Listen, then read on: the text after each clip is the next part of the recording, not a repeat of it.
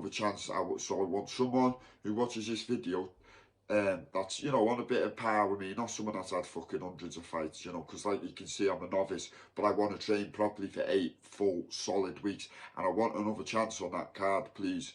So if you see this, Dean or Dougie, and please give us another chance. Also, if anyone wants to fight me on that next card, bare knuckle, get hold of Dean, right, and we'll try and get it matched up. If he'll let me on, obviously, I'm just a YouTuber, aren't I? So, you know, I could probably go back on the card, you know, to fucking sell tickets or sell pay-per-views and, you know, give me another chance, because it was my first chance, man. I want to do it again. I loved the experience. I loved the buzz. It was just amazing. Everyone screaming your name, having photos taken, you know, it felt fucking good, mate. You know, it felt really, really good, and I really enjoyed it. So, Dean Lynch Ward, mate, Dougie Joyce, I'll phone you tomorrow. Obviously, I've not been able to phone you because obviously I've not got my charger for the phone and I'm rough as shit. But listen, I do want another chance. I loved it. I loved the experience. The whole setup was amazing, yeah.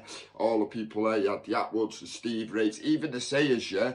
I think his name is Stephen Sayers, some old gangster from Newcastle. He even knew me. It's mental. Like, all these people knew me and it was mad, mate. But listen, the experience was amazing, and I do want to do it again. I really want to do it again, but I'm going to put me all into it. A proper training camp, 8 weeks, where I put me all into it, eat correctly, this, that, the other. I took Ash Likely, I'll be honest with you. I took him.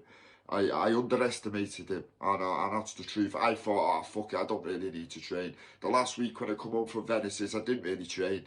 But I can't take that away from Ash. He beat me fair and square. I'm not taking anything away from him, because he only done the same amount of training or a little bit less than me.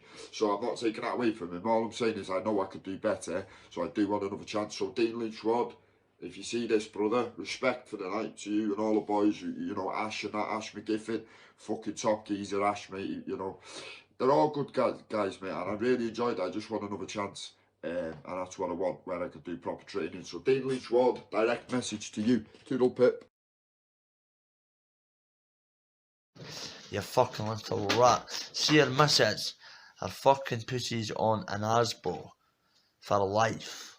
And listen, babe station, look at the size of her lips. She's sucking too much cocks, you little fucking rodent bitch. Killer.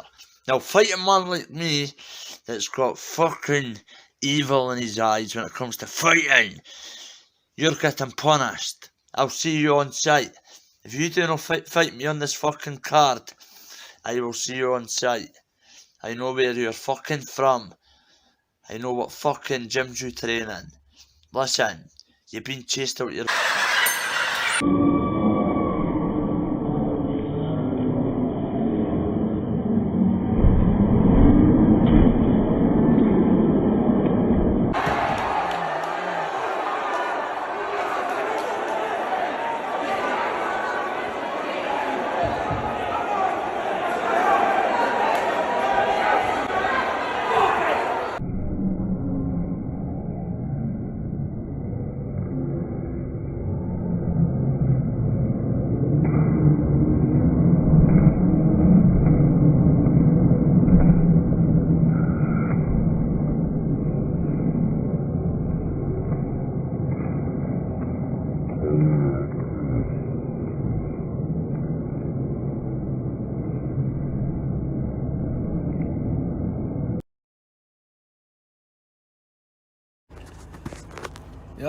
Yo, what's happening, people? Alright, let's talk about little snitchy bumperclap. He's piped up on it, giving it the big one again, you know, like he always does. You know what, as well, I'm sure I've seen him on the motorway the other week. He drives the 1 Series. I'm sure I've seen him, you know, going on the fucking M6 the other week.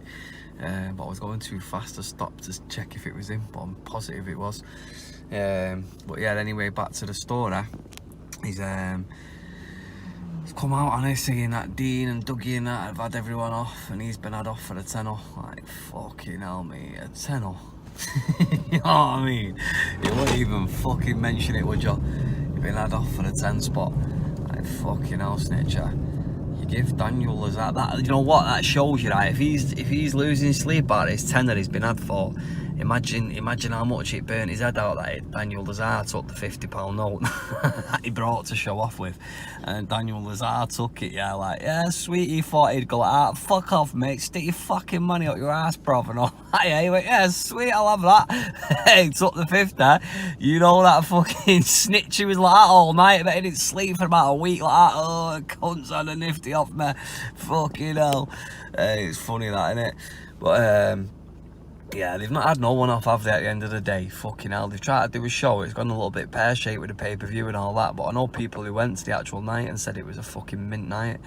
You know what I mean? Everyone was looked after there and all that, so you fucking hell, man, stop try to kick people when they're down, man. They've done a night, a few things went wrong, it's teething problems, innit? You just set up the business. Fucking hell, for what they've just set up and how it's gone, mate. Fucking hell, they're smashing it. Imagine that 5 shows in. It's going to be big. It's going to be big dough, innit? So yeah, so compared to what Snitch is doing and what they're doing, mate, different level, innit? And like they said, mate, if he wants his 10 off, fucking come and get it, mate. Do you know what I mean? Fucking going online telling people you've been had off for a 10 off. Fucking hell, I've never seen out like it. But yeah, it was just a little one on old Snitchy Bumberclat. Look, Dan and G bumps into him one day. Fucking gives him a good hiding. How are you, everybody? I just want to say, listen, thank you for all the kind support on my page. This video is actually just to say that I want to let everybody know that my training is going absolutely fantastic and I cannot wait for June 18th. I love getting punched for a living. I fucking love it. You know, probably I'm a little bit cuckoo up there, but so be it.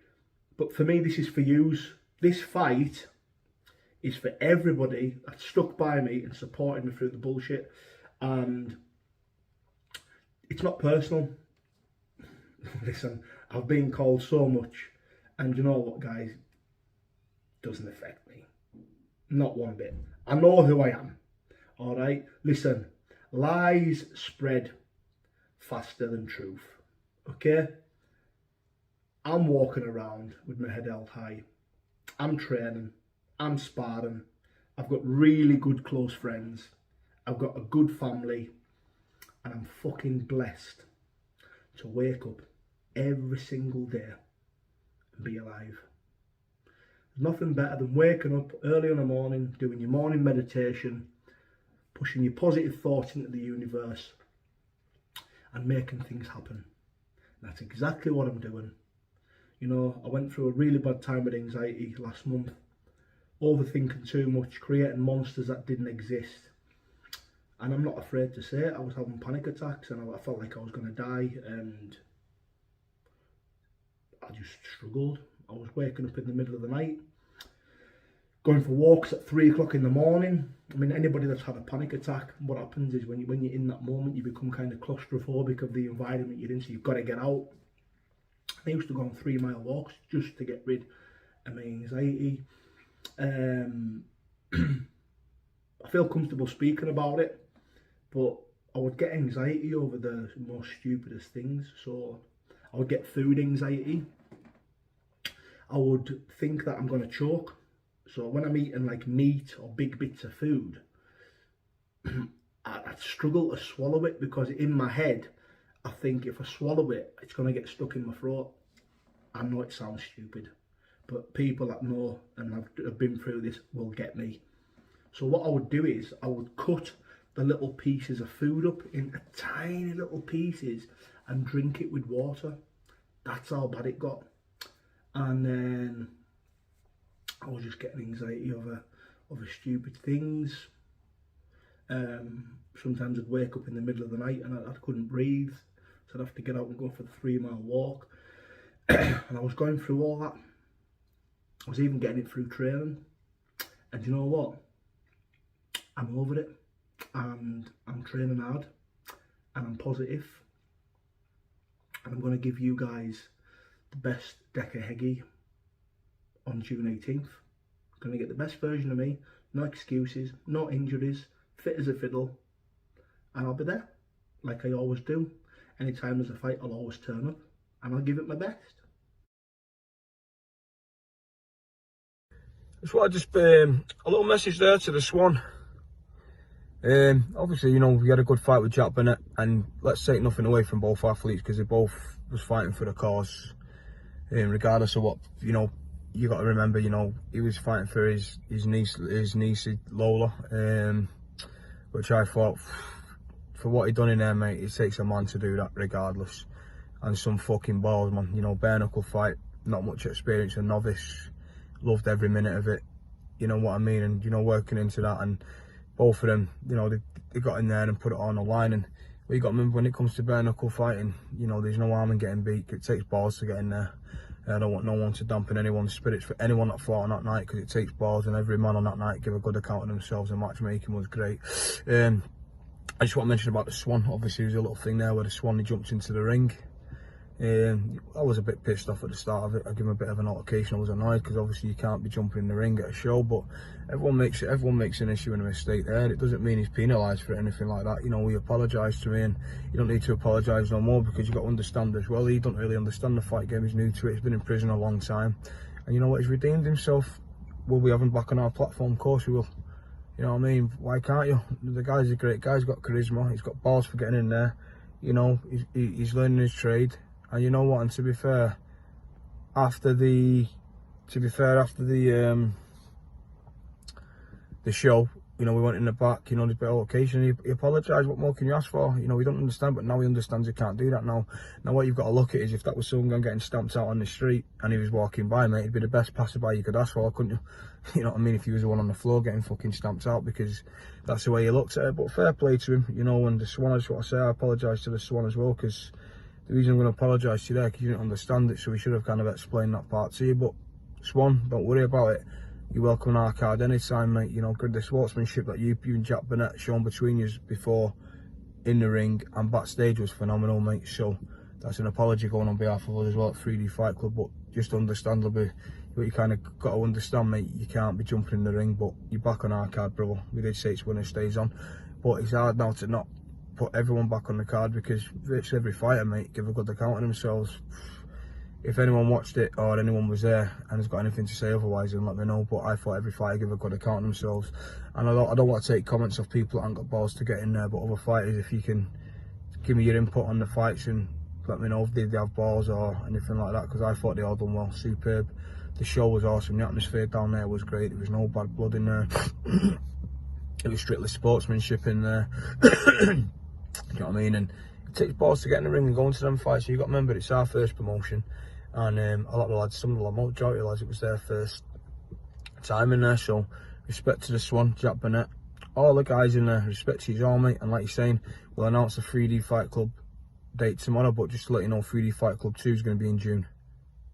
Yeah, so stay tuned, guys. And like you're saying, if there's any haters out there and you want to comment on the show, rather than comment, get a ticket and come to the event itself, and let's see what your personal views are then, instead of hiding behind the keyboard and do it behind the keyboard, because we're not a scam, we're not fraudsters, and we don't rip people off.